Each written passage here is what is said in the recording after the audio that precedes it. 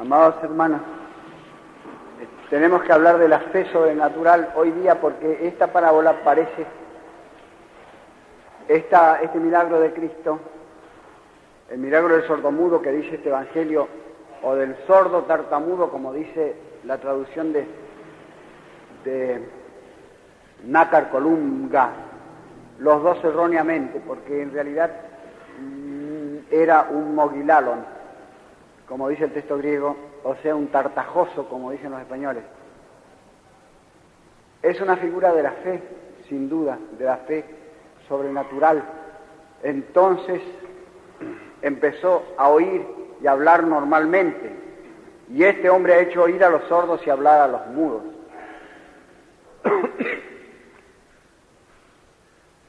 Ya la he explicado una vez, de manera que voy a recorrer simplemente los gestos de Cristo que la Iglesia ha incorporado a la ceremonia del bautismo, en el cual se nos da la fe sobrenatural, diciendo lo que puede significar esa alegoría en acción que hizo Cristo con este hombre que al fin y al cabo hablaba mal, simplemente, hablaba poco y mal.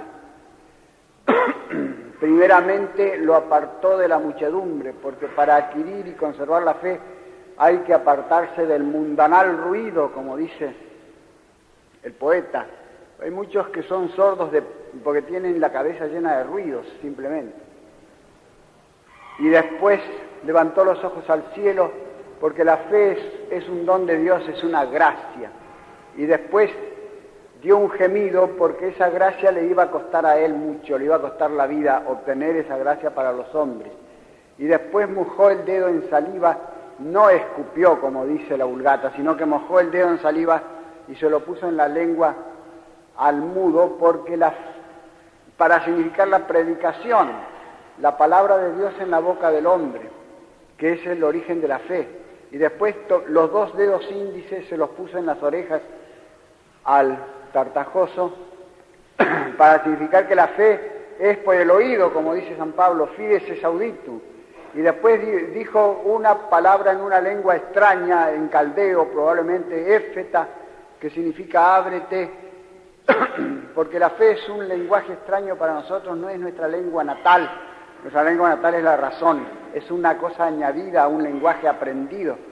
Y después empezó a hablar y a oír bien, dice el Evangelio, porque antes de la fe el hombre puede hablar un poco y mal, es decir, puede conocer a Dios algo y mal, en forma insegura, como lo conocieron los filósofos antiguos, y después de la fe lo conoce con seguridad y con tranquilidad. De manera que eso significa esta parábola, y si no significa eso, ¿qué es lo que significa? Díganme. Porque algo tiene que significar. Porque Cristo hizo toda una cantidad de curanderías en este milagro, que es el más fácil de todos los que hizo, porque al fin y al cabo no era ni siquiera un tartamudo, era un tartajo, como dicen los españoles, es decir, un hombre que por haber nacido sordo no pueden aprender a hablar, porque no oyen, y entonces se expresan por medio de bramidos, o de rugidos, o de ladridos, o de cacareos, o de gemidos, que la gente acaba por entenderlos, y ellos hablan de esa manera tan desagradablemente como una música dodecafónica. De manera que parecen animales, simplemente, aunque se pueden comunicar un poco con los demás. De manera que era un milagro fácil, y Cristo, que acababa de resucitar un muerto con una sola palabra, hace una gran cantidad de ceremonias como si le costase muchísimo abrir los oídos y desatar la lengua de este tartajoso. Quiso significar eso, de manera que hablemos de la fe, no de la fe de los siglos de fe, como se dice, sino de la fe de nuestro siglo, que es el siglo del progreso, de la civilización, del adelanto, de la superproducción, de la democracia y de qué sé yo cuántas otras cosas más, y del antitotalitarismo. ¿Por qué en otro tiempo la fe era fácil y andaba pujante en los siglos de fe, y ahora parece difícil y anda desfalleciente? Hay una respuesta sumamente sencilla que es la de Monseñor Franceschi, que decía que nunca en la tierra había habido tanta fe como ahora y que nunca la Iglesia había estado tan bien como ahora. Por lo tanto, se acabó el asunto, se acabó mi sermón, menos trabajo. Estamos perfectamente bien todos. Pero lo malo es que Cristo dijo, cuando yo vuelva de nuevo, cuando retorne, ¿creéis que voy a hallar la fe en la tierra?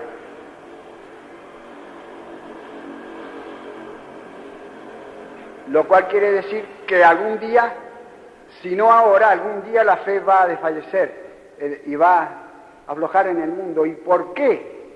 ¿Por qué si las mismas razones que había antes hay ahora, los mismos fundamentos de la fe que había antes hay ahora, la misma revelación, la misma iglesia?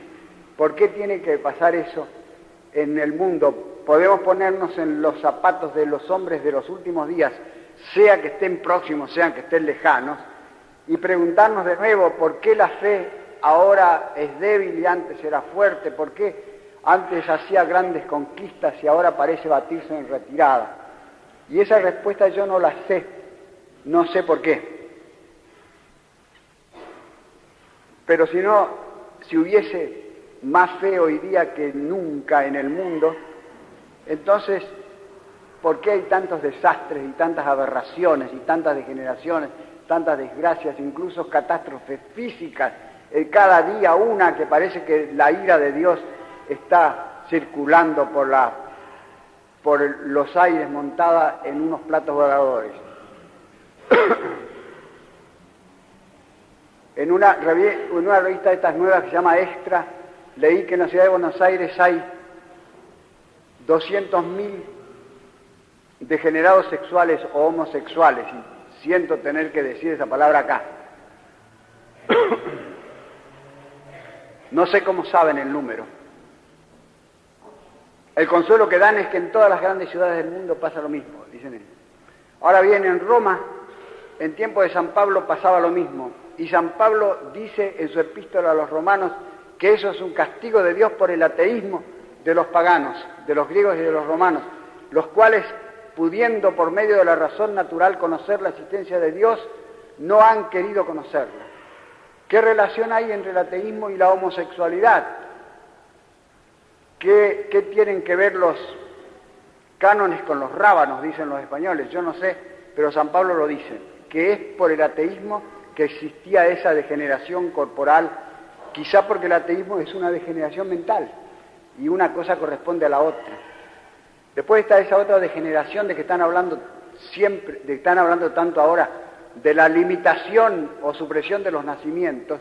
Me han mandado 6 recortes de diarios en esta semana y dos números de la revista Time norteamericana, de la señora Clara Bush-Luce, que se dice católica, pero la revista ciertamente no es católica. Está muy bien hecha. Y dice allí que, ufanándose, muy ufana, dice que hay 5 millones de mujeres blancas yanquis que toman las píldoras esas contraceptivas prosógenas, o como diablo se llamen, muy ufano. Y después el mismo número, que es el último número, el del 20 de agosto, que llegó el 18 de agosto acá, en inglés, edición para la América Latina, la cual tiene que saber inglés, por supuesto, dice los grandes disturbios raciales en Los Ángeles, los negros que se les sublevan a los blancos, y qué sé yo. Y lo que pasa es esto, que los blancos suprimen a los hijos y los negros no. Y entonces se calcula que dentro de 40 o 50 años habrá más negros que blancos en los Estados Unidos, se convertirá en una república africana.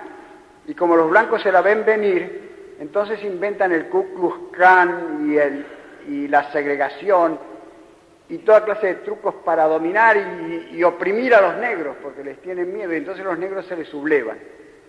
Y esto en la gran democracia del norte, como dice Palmero o Alconada Aramburu, no sé quién, la gran democracia del norte.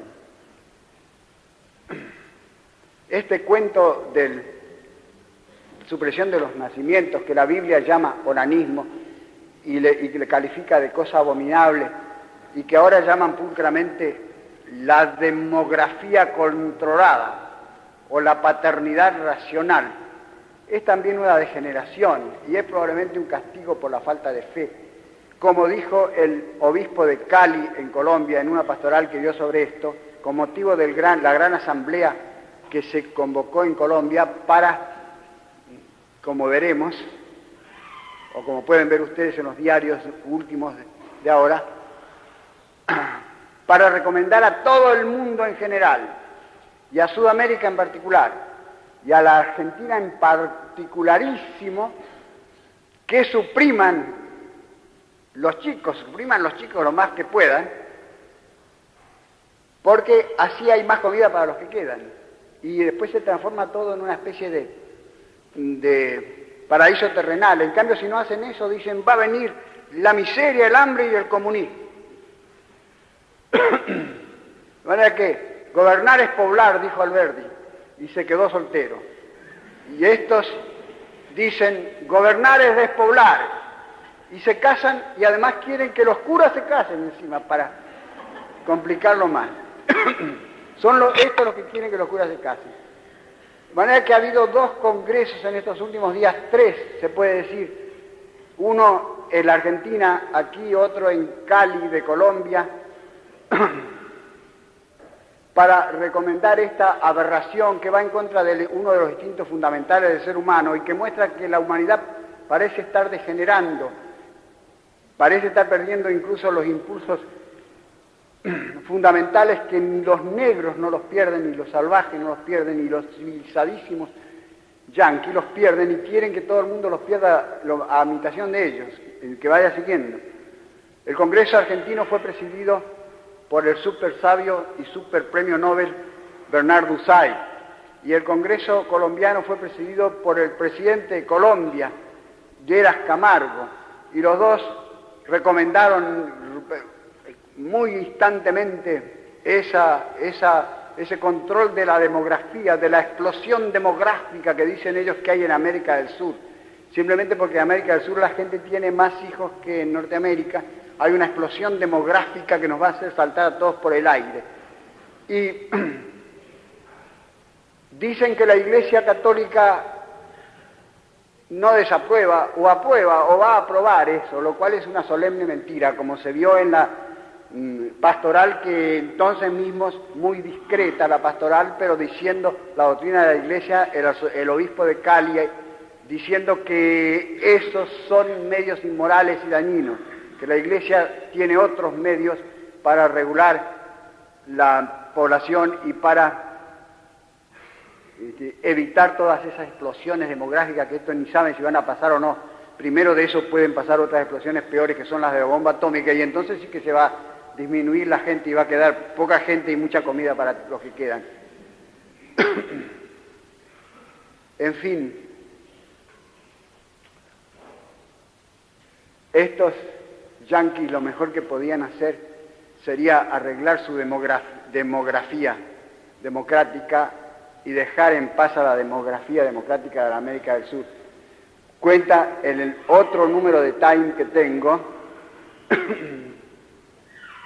de hace 3 años, hay una carta de una comisión de buena vecindad, compuesta principalmente por pastores y pastoras protestantes, que se fue a América Central y a Norte Sudamérica, o sea, por ahí por el Ecuador, Colombia, a repartir estas famosas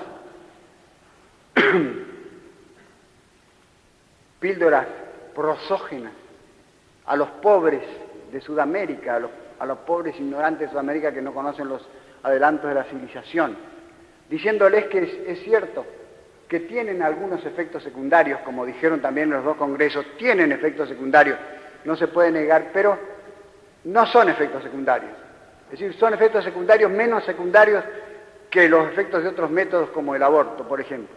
¿Y qué significa efectos secundarios? Efectos secundarios significa, por ejemplo, si uno toma un remedio para el resfrío y le da un ataque al hígado, ese es un efecto secundario. O como el famoso remedio del doctor Sangrado, que decía, mi remedio es para quitar la fiebre.